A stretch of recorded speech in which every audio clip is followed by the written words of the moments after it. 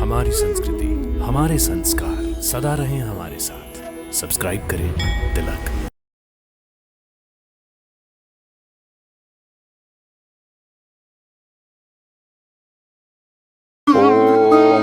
आज हमारे साथ है एक विशेष अतिथि। उनसे मिलते हैं और जानते हैं यज्ञ और हवन के बारे में। यज्ञ हमारी भारत की धरोहर है। रामायण महाभारत ये हमारे मूल ग्रंथ हैं। पुत्र कामेष्टि यज्ञ का अनुष्ठान किया और उसके परिणाम स्वरूप पुत्र रत्न 4 प्राप्त हुए। घर में भूत तलाश है, निवृत्ति प्राप्त करने का उपाय है यज्ञ, हवन और अग्निहोत्र। अग्नि के अंदर आहुति देते हैं तो ये जो ऊर्जाएं उत्पन्न होती हैं वो 5 तत्वों को पोषित, समर्थित और सुरक्षित करती हैं। आप तो यज्ञ करके पॉल्यूशन बढ़ा रहे हैं। ओम सर्वं वै पूर्णं स्वाहा। ओम सर्वं वै पूर्णं स्वाहा।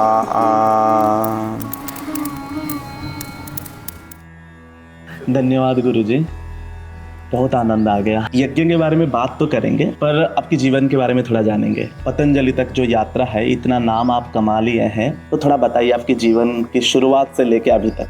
जी, सर्वप्रथम तो मैं तिलक चैनल के सारे कार्यकर्ता, योग योद्धा, साधक भाई बंधुओं को मैं सबको प्रणाम करता हूं और धन्यवाद करना चाहूँगा कि आप सब ने मिल करके जो हमारे प्राचीन ग्रंथ हैं, जो हमारी प्राचीन विद्या है, जो ग्रंथों में निहित है, आपने उन ग्रंथों की जो शिक्षाएं हैं उसको विजुअल रूप में, वीडियो के रूप में ला करके और एक इतना बड़ा कार्य किया है कि उसके लिए तो हम निःशब्द हैं हम उसके लिए। और दूसरा, आपने आज विशेष रूप से इस यज्ञ जैसे विषय को आपने जो सम्मिलित किया है। यज्ञ हमारी भारत की मूल धरोहर है।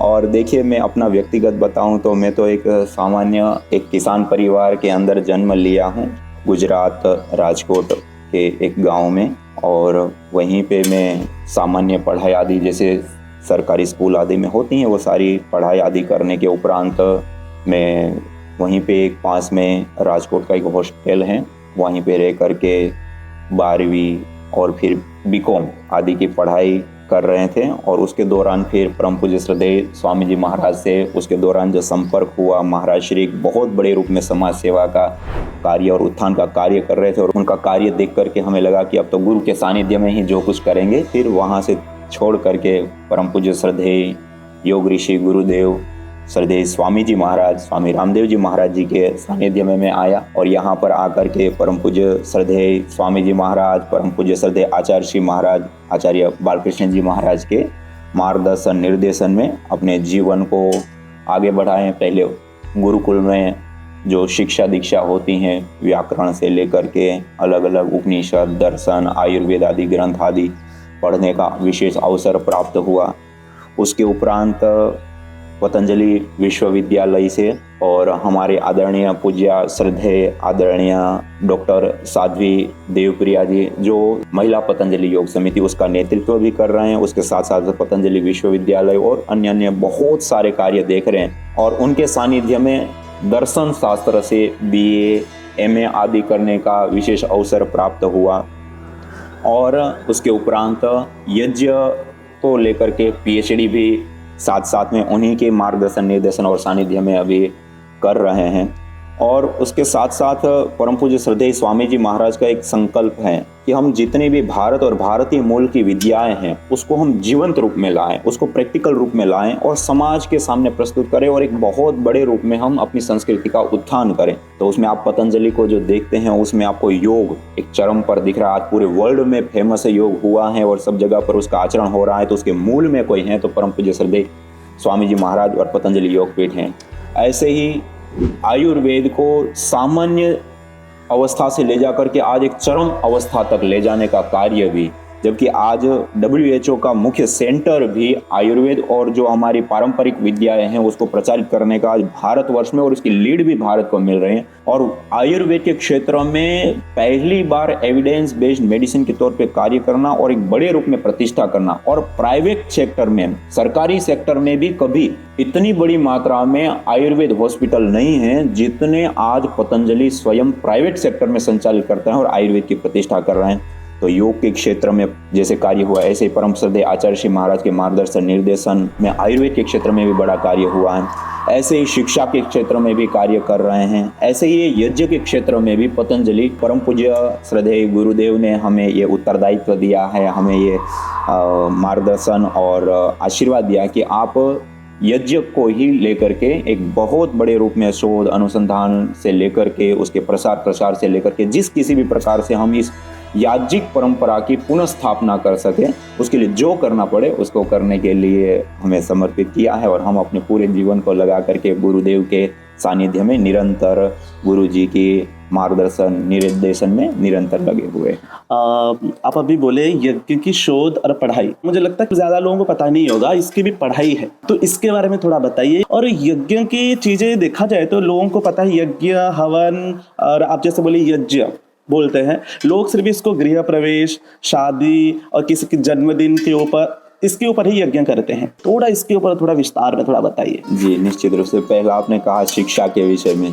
देखिए शिक्षा में ऐसा है कि हम जो सामान्य रूप से शिक्षा प्राप्त करते हैं वो एक स्किल हमें देता है, और उस स्किल के माध्यम से हम विशेष रूप से स्वास्थ्य लाभ या अलग अलग चीजें, हम आरोग्य के साथ साथ आर्थिक रूप से हम एक वृद्धि को प्राप्त करते हैं, जीवनचर्या चलती है। लेकिन योग हो, यज्ञ है, आयुर्वेद है, ये ऐसी विद्या जो जीवन विद्या है, जो हमें जीवन देती है, हमारा जीवन जिससे बनता है। और आज पतंजलि विश्वविद्यालय से यज्ञ चिकित्सा कोर्स, पौरोहित्य कोर्स आदि हम सर्टिफिकेट कोर्स भी कराते हैं। और आज हमारे पास केंद्र सरकार की ओर से विशेष रूप से ये आमंत्रण आया है कि आप जो केंद्र सरकार की ओर से जो अलग अलग कोर्सेज होते हैं, उसमें ये जो हमने कोर्स प्रारंभ किए हैं उसको ऑनलाइन और ऑफलाइन दोनों ही माध्यमों से हम केंद्र सरकार के जो प्लेटफॉर्म हैं उसके ऊपर विशेष रूप से इसको हम आगे बढ़ाए, तो उसका कार्य भी चल रहा है।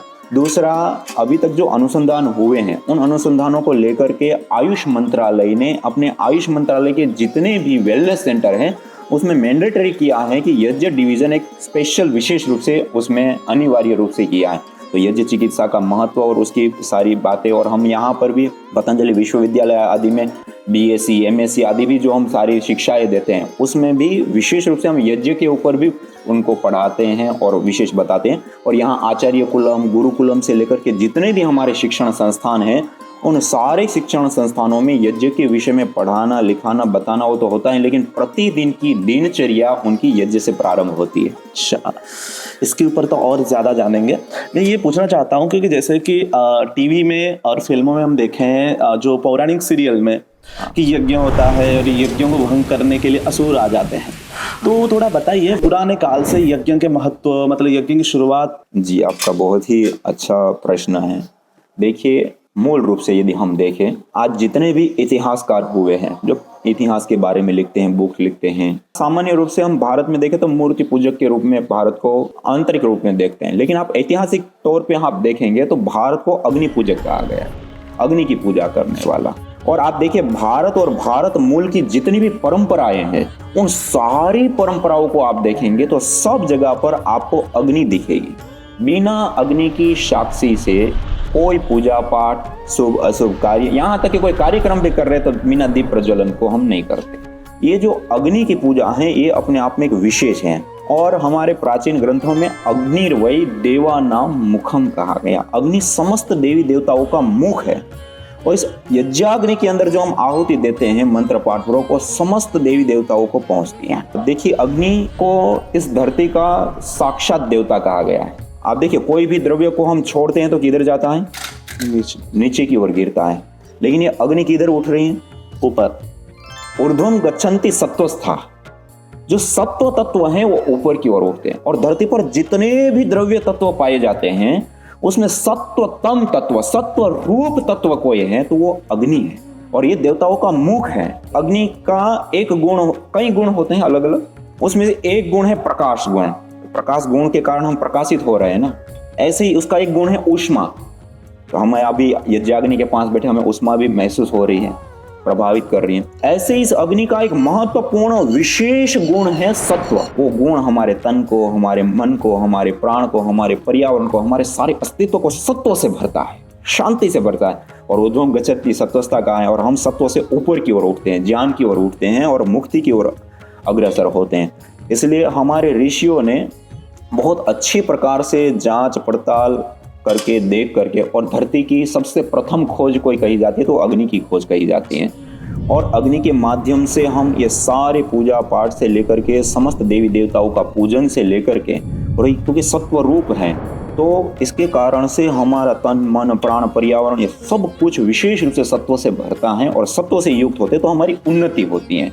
इसलिए आप देखिए हमारे ऋषि महर्षि लोग आश्रमों में रहते हैं, जंगलों में रहते थे, वो भी यज्ञ करते थे। आप प्राचीन रामायण महाभारत और उससे भी पीछे जाइए, राजा महाराजा लोग भी सामान्य यज्ञों से लेकर के विशेष प्रकार के यज्ञों का आयोजन हमें देखने मिलता है।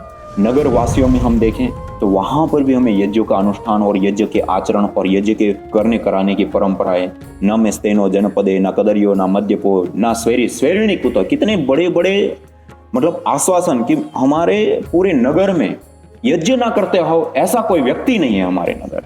तो आप देखिए कितने बड़े बड़े आश्वासन, और हमारे ऋषियों ने देखो ये जो यज्ञ की परंपरा हमारे बीच में रखी है, ये केवल पूजा ही नहीं है। देखिए हम अभी वर्तमान में यदि भारतवर्ष को देखें तो हम एक अदृष्ट के लिए, अध्यात्म के लिए, इस प्रकार की चीजों के लिए हम सामान्य रूप से पूजा पाठ आदि के लिए यज्ञ करते हैं। जबकि हम ऋषियों की दृष्टि में यज्ञ को देखें तो ये यज्ञ का एक दूसरा नाम यदि आप कहना चाहो तो सिद्धि है। सिद्धि उसमें अब ये क्या है, भौतिक चीजें है ना, थोड़ा बता दीजिए। शरीर चीजें धन, शरीर माने धन ऐश्वर्य आदि के लिए जो हम यज्ञ करते हैं तो उनकी सिद्धियों के लिए भी यज्ञ किए जाते हैं, दृष्ट लाभ के लिए, अदृष्ट लाभ के लिए। इसे पुण्य भी है, देवी शक्तियों का पूजन भी है, अदृष्ट की निवृत्ति, जो अदृष्ट अशुभ शक्तियां होती हैं उसकी निवृत्ति आदि। तो यज्ञ को जो हम प्राचीन ग्रंथों के अनुसार या प्राचीन ऋषियों की दृष्टिकोण से देखेंगे तो यज्ञ दृष्ट लाभ भी देता है, अदृष्ट लाभ भी देता है, भौतिक लाभ भी देता है, आध्यात्मिक लाभ भी देता है, लौकिक मानी इस लोक में कल्याण करने वाले लाभ, पारलौकिक लाभ भी देता है जो अगले जन्मों में जाकर के हमें।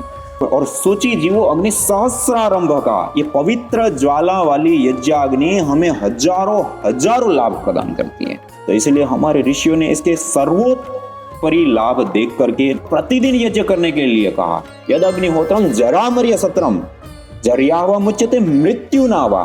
ये जो अग्निहोत्र है जो हमने अभी आहुतियां दी, 16 आहुतियां होती हैं विशेष देव यज्ञ की। प्रातःकाल सूर्य और प्रजापति को स्मरण करते हुए विशेष हम आहुतियां देते हैं, सायंकाल को अग्नि और प्रजापति को स्मरण करते हम विशेष आहुतियां देते हैं। ये जो आहुतियां दी जाती हैं इसको कहते हैं देव यज्ञ। और जरा मर्य सत्र, या तो जरा मानी बूढ़ा अवस्था, इतनी बूढ़ा अवस्था आ गया अब हम खुद पानी भी नहीं पी सकते या मृत्यु हो जाए, तब तक ये यज्ञ हमें नहीं छोड़ना चाहिए। एक प्रकार की हमारी सुबह शाम की पूजा है, अग्नि में आहुति दे करके जो हम पूजा करते हैं वो, और इसे प्रकृति का शोधन होता है। देवा देव कहते हैं ना, दानात देव, देव किसको कहते हैं, दानात जो देते हैं हमें, अग्नि देवता, वायु देवता, जल देवता, प्राण से लेकर के जल से लेकर हम सारी चीजों का प्रयोग करते हैं, ये सब हमें निरपेक्ष रूप से देते हैं। और दाना देव वो हमें दे रहे इसलिए हमारे लिए देवता है, तो हम उनको क्या देते हैं, कुछ नहीं। पंच तत्वों का हम विशेष रूप से प्रयोग करते हैं, ये हमारे लिए देव है, वो हमें देते हैं, तो उनके लिए हम कुछ नहीं करते हैं। तो उसके लिए क्या करें, तो देव यज्ञ, इसलिए इसका नाम ही देव यज्ञ कहा गया। ये हम अग्नि के अंदर आहुति देते हैं तो ये जो ऊर्जाएं उत्पन्न होती हैं वो पंच तत्वों में घुल करके पांचों तत्वों को पोषित, समर्थित और सुरक्षित करती हैं। और वो पांच तत्वों से पोषित जो ये प्रकृति है वो वापस हमें पोषित, देवान भावेता नहीं ना ते देवा भावयन्तु, वो हमारे पास जो ये द्रव्य आते हैं उन द्रव्यों की आहुति आदि करके उन पांच देवताओं को फिर हम पोषित करते हैं, और उससे प्रसन्न या संतुष्ट या तृप्त हुई ये प्रकृति फिर वापस हमें स्वास्थ्य, आरोग्य और सुख शांति और समृद्धि आदि देते हैं। तो हम प्राचीन जो आपने प्रश्न करा मूल रूप से कि प्राचीन ऋषियों ने हमें यज्ञ की ओर कैसे प्रेरित किया, यज्ञ क्यों करने, इसके पीछे बहुत सारे कारण हैं जो आपके सामने मैंने 2-3 चीजें रखी। और यज्ञ बहुत सारे प्रकार के दृष्ट अदृष्ट आदि लाभ देने वाला भी होता है। आप प्राचीन काल के दृश्य को देखें तो ऋषि महर्षियों की कुटियाओं से लेकर के राजा महाराजाओं के महलों से लेकर के नगर वासियों के सामान्य घर आंगन तक सब जगह पर हमें यज्ञों का आचरण देखने को मिलता है, और सब जगह पर इस यज्ञ की महिमा हमें देखने को मिलती है। थोड़ा सा मैं रामायण के बारे में पूछूंगा कि रामायण में काफी यज्ञ की मतलब यज्ञ के बारे में बताया गया, थोड़ा सा उसके यज्ञ के मतलब बारे में थोड़ा बताइए। जी, ये आपका बहुत ही अच्छा क्वेश्चन है। वैसे हम रामायण महाभारत ये हमारे भारत के सबसे विशेष मूल ग्रंथ हैं, ऐतिहासिक ग्रंथ हैं। जब हम रामायण को देखते हैं तो राजा के पास पुत्र नहीं था, और वो राजा भी थे, उनको उत्तराधिकारी भी चाहिए, और उस समय उन्होंने कुल गुरु के पास अपनी ये अपेक्षा रखी कि गुरुजी मेरे को संतान नहीं हो रही, मैं उससे दुखी हूँ, तो आप कुछ उपाय सुझाइए, मैं क्या करूं कि कैसे हो तो मेरे को ये सुख प्राप्त हो। तो उस समय राजा को ऋषि बताते हैं कि तुम पुत्र कामेष्टि यज्ञ का अनुष्ठान करो। तो तुरंत उत्साहित हो गए और राजा को तुरंत कहते कि गुरुजी आप तुरंत करवाइए। तो तुरंत मना कर देते हैं कि नहीं, इस यज्ञ के लिए मैं योग्य नहीं हूं, उसके लिए आपको योग्य ऋषि के पास जाना पड़ेगा। और तो कि आप मार्गदर्शन कीजिए किसके पास जाऊं। तो उस समय उनको विशेष रूप से मारण के महर्षि सिंह के पौरोहित्य में आप यज्ञ अनुष्ठान करेंगे और वो हाँ कहते हैं तो निश्चित रूप से तुम्हें सफलता प्राप्त होती है। फिर वो वापस उत्साहित होकर के कहते हैं कि रथ, घोड़े, गाय आदि हजारों की संख्याओं में उनके सींगों के ऊपर सोना मड़ा और ऐसे सारा कुछ लेकर के हम जाएंगे और ऋषि को दान करेंगे और उनका अनुकंपा को प्राप्त करके, आशीर्वाद प्राप्त करके हम यज्ञ अनुष्ठान करेंगे। तो उस समय फिर ऋषि मना करे, तुम याचक बन करके जा रहे हो, तुम देने के लिए नहीं जा रहे, तुम तो मांगने के लिए जा रहे हो। तो उस हिसाब से फिर वो सब चीज वो करके और फिर नंगे पैर जाते हैं, तपस्या पूर्वक जाते हैं, कोई सैनिकों को भी साथ में नहीं लेकर के जाते और ऋषि के पास जाते हैं और उनसे प्रार्थना करते हैं और ऋषि के पास पहुंचते हैं। वो आश्रम में कुछ समय बिताने के लिए कहते हैं, गाय की सेवा करने के लिए कहते हैं और वो सब करके और फिर उनको आशीर्वाद देते हैं कि हाँ अनुष्ठान में मैं आऊँगा और ये यज्ञ करेंगे और तुम्हें संतान प्राप्त होगा। और उन्होंने जो महर्षि सिंह के पौरोहित्य में जो पुत्र कामेष्टि यज्ञ का अनुष्ठान किया और उसके परिणाम स्वरूप पुत्र रत्न 4 प्राप्त हुए, जिसको आज भी हम नहीं भुला पा रहे हैं।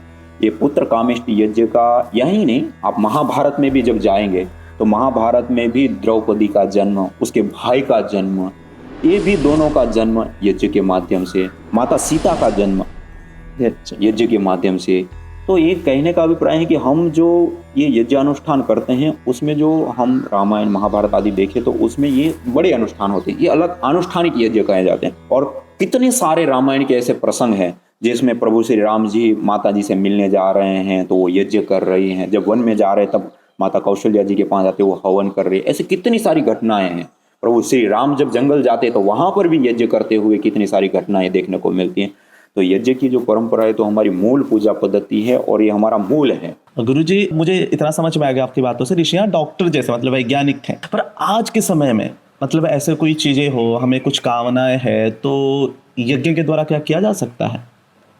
जी निश्चित रूप से आपने बहुत ही अच्छा क्वेश्चन किया। देखिए हमारे जो प्राचीन ग्रंथों में जो यज्ञ की परंपरा है उसमें कई प्रकार बताए और मुख्य रूप से देखें तो 21 प्रकार के यज्ञ बताए और उस 21 प्रकार के यज्ञ को 3 संस्थानों के अंदर 7 पाक यज्ञ, 7 सोम यज्ञ और 7 हवीर यज्ञ के रूप में बताया। और उन तीनों को भी विशेष रूप से नित्य, नैमित्तिक और काम्य। नित्य माने जो प्रतिदिन करने योग्य, जैसे हमने अभी देव यज्ञ के बारे में चर्चा की, ब्रह्म यज्ञ, देव यज्ञ, बलिवेश्वर देव यज्ञ, अतिथि यज्ञ, पितृ यज्ञ, ये जो 5 महायज्ञ वो हमें अपने जीवन को और इस प्रकृति को सुंदर बनाने के लिए प्रतिदिन करना होता है। दूसरा है नैमित्तिक यज्ञ, जो किसी निमित्त विशेष से जो हम करते हैं। जैसे अब अभी दीपावली आती है तो उस समय हम जो नए अन्न उत्पन्न होते हैं उसका सेवन करने से पहले उससे हवन करते हैं, तो उसको कहते हैं शारदीय नवसश्रेष्ठी यज्ञ। शारदीय शरद ऋतु में आने वाले 9 नए सस्य, श्यामलाम बोलते हैं, सस्य माने अन्न, 9 सस्य नए जो फसलें हैं उसे इष्टि कहते हैं हवन को। जो हमारी ये आपके सामने रखी इष्टि, तो ये इष्टि कहते हैं हवन को। तो दीपावली पर करते हैं। फिर होली पर नए अन्न आते तो वासंती नवसश्रेष्ठी यज्ञ कहते हैं। तो ये एक नैमित्तिक है। दूसरा हम जैसे ये 16 संस्कार होते हैं जन्म से लेकर मृत्यु तक मनुष्य जीवन के, तो उसमें भी हम हवन करते हैं। फिर कोई नया मकान बना रहे हैं तो भूमि पूजन के लिए हवन करते हैं। मकान बन जाता है आवास के लिए, वहाँ पर हम जाते हैं तो वास्तु हवन आदि करते हैं। ये सारे के सारे नैमित्तिक यज्ञ हैं। और तीसरे हैं काम्य यज्ञ, जो किसी कामना विशेष से या एक उद्देश्य विशेष, एक लक्ष्य विशेष को ध्यान में रख करके प्रवृत्त होकर के किया। जैसे पुत्र कामेष्टि यज्ञ एक काम्य यज्ञ है, राजसूय यज्ञ एक काम्य यज्ञ है। तो आपने जो कहा कि उस समय तो वो करते थे, आज जो हम करते हैं उसको कैसे कर सकते हैं क्या, तो ये एक प्रकार का काम्य यज्ञ है। और काम्य यज्ञ के अंतर्गत बहुत सारी प्रकार की हमारी मनोकामना होती है। इसलिए हमारे शास्त्रों में कहा श्री कामो यज्ञ, धन धान्य ऐश्वर्य आदि की कामना है तब भी यज्ञ करे। पुत्र कामो यज्ञ, सुसंतान आदि चाहिए तो उसके लिए भी यज्ञ करे। स्वर्ग कामो यज्ञ, जीवन में विशेष रूप से सुख शांति समृद्धि आदि चाहिए तो उसके लिए भी विशेष रूप से हवन करें। ऐसे अलग अलग प्रकार से हमारे शास्त्रों में हर प्रकार के लाभों के लिए विशेष यज्ञ अनुष्ठान को करने का वर्णन हमें प्राप्त होता है। जी ठीक है, इस सामग्री के द्वारा हम यज्ञ कर सकते हैं। पर जो मंत्र है तो मंत्र कितना ज़रूरी है? मतलब बिना मंत्र के यज्ञ नहीं हो सकता है, या जिनको मंत्र नहीं आते वो किस तरीके से करें? जी, ये आपका बहुत ही अच्छा प्रश्न है। देखिए, एक रूप से देखें तो यज्ञ के अंदर बिना मंत्र का तो यज्ञ होता नहीं। एक प्रकार यज्ञ की आत्मा को देखें तो मंत्र है। और अलग अलग जो अनुष्ठानिक यज्ञ होते हैं तो उसमें अलग अलग प्रकार के मंत्र होते हैं, उसके भी पाठ होते हैं, जटा पाठ, घन पाठ और अलग अलग प्रकार के पाठ होते हैं, सस्वर पाठ आदि हम करते हैं। तो कहने का अभिप्राय है कि हम जो यज्ञ करते हैं उसमें मंत्र की एक बहुत बड़ी भूमिका होती है और मंत्र की अपनी भी एक विशेष शक्ति होती है। और सारे देवताओं को या देवी शक्तियों को आमंत्रित करना, उसको बुलाना, सामान्य रूप से हम पाषाण की पूजा करते हैं, जो मूर्ति बनाते हैं वो पाषाण ही है, लेकिन मंत्रों के माध्यम से उसके अंदर जीवंतता आती है, वो देवी शक्ति का अवतरण करते तो कितनी बड़ी शक्ति होती है। और आपने देखा आयुर्वेद आदि ग्रंथों में भी विष निवारण प्रकरण जब आता है तो वहाँ सबसे पहले मंत्र चिकित्सा बताए कि मंत्र के माध्यम से विष आदि होता है। और आपने लगभग सब लोग जानते हैं, गाँव में वहाँ पर बिच्छू ने काट लिया आदि कर लिया तो इस प्रकार की चीज़ें उतारने वाले लोग हमें मिलते हैं और देखा है, सब लोगों ने देखा होगा और बहुत सारे शहर में रहते होंगे तो उन्होंने भी सुना ही होगा। तो ये जो मंत्र के माध्यम से विष उतारना, ये तो बहुत एक कठिन काम होता है, तो वो भी बहुत आसानी से सरलता से होता है। इसी प्रकार से आज आप देखिए ध्वनि चिकित्सा, मंत्र चिकित्सा के ऊपर कितना बड़ा काम होता है। म्यूजिक थेरेपी कहते हैं उसको सामान्य रूप से, और उसके माध्यम से आज वो कार्य सिद्ध हुए, हमारे पूरे ऊतक विशेष रूप से प्रभावित होते हैं मंत्र को सुनने से या बोलने से। हमारा ब्लड प्रेशर, हार्ट की धड़कनों से लेकर के पूरे अस्तित्व में एक स्पंदन पैदा होता है और उसके माध्यम से भी हमारा पूरा अस्तित्व विशेष रूप से लाभान्वित और प्रभावित होता है। ये उसका ध्वन्यात्मक लाभ हो गया। दूसरा होता है मंत्रों का उच्चारणात्मक लाभ, कि मंत्र का जब हम पाठ करते हैं और मंत्रों का जो उच्चारण करते हैं और उसका जो अर्थ हमें पता है, इसलिए आप योग दर्शन आदि में देखें तो वहाँ पर तज्जपस तदर्थ भावना का, कि मंत्र आदि का जो हम पाठ करते हैं उसके अर्थ की भावना, उसका अर्थ क्या है उसके साथ करते हैं, उसके और अपने एक विशेष प्रकार के लाभ हैं। और मंत्र औषधि समाधि जा सिद्धया, तो वहाँ पर भी पहले मंत्र को दिया कि जो हमें सिद्धियाँ प्राप्त होती हैं, तो जन्म से, मंत्र से, औषधि से, तप से, ये कई माध्यम बताए, उसमें मंत्र भी एक सिद्धि का कारण है। तो मंत्र का जो प्रयोग है यज्ञ के लिए, हवन के लिए, बहुत ही महत्वपूर्ण और विशेष होता है। मंत्र की शक्ति एक अपने आप में एक बहुत बड़ी शक्ति होती है और उसके माध्यम से हम विशेष रूप से लाभान्वित होती है। और अलग अलग जो अनुष्ठायिक जो काम्य यज्ञ बताएं, वो काम्य यज्ञों में कौन सा आपका उद्देश्य, लक्ष्य, उसके अनुसार उस विशेष प्रकार के मंत्र को, विशेष प्रकार के उसके पाठ को और उसको करके जब किया जाता है तो उसकी सिद्धि प्राप्त होती है। और एक चीज़ मैं पूछना चाहूँगा स्वामी जी कि जो भूत प्रेत किसके अंदर आ गए या कोई घर में भूत का वास है तो बोला जाता है कि एक काम करिए, घर पे हवन कर लीजिए, शांति यज्ञ करा लीजिए। तो थोड़ा उसके ऊपर बताइए, भूत प्रेत सच में होते हैं क्या, और होते हैं तो यज्ञ के द्वारा क्या वो भाग जाते हैं? जी, ये आपका बहुत ही अच्छा प्रश्न है। आप समाज में जाएं और ग्रामीण जीवन में विशेष रूप से आप जाएं तो आपको सबसे ज़्यादा इस प्रकार की क्रिया पद्धति प्रक्रियाएं, या कोई लोग पीड़ित है, कोई उसका लाभ उठा रहे, कोई कुछ इस प्रकार का हमें देखने को मिलता है। देखिए, मैंने आपको शुरुआत में ही बताया यज्ञ देवताओं का मुख है और अग्नि सत्व रूप तत्व है।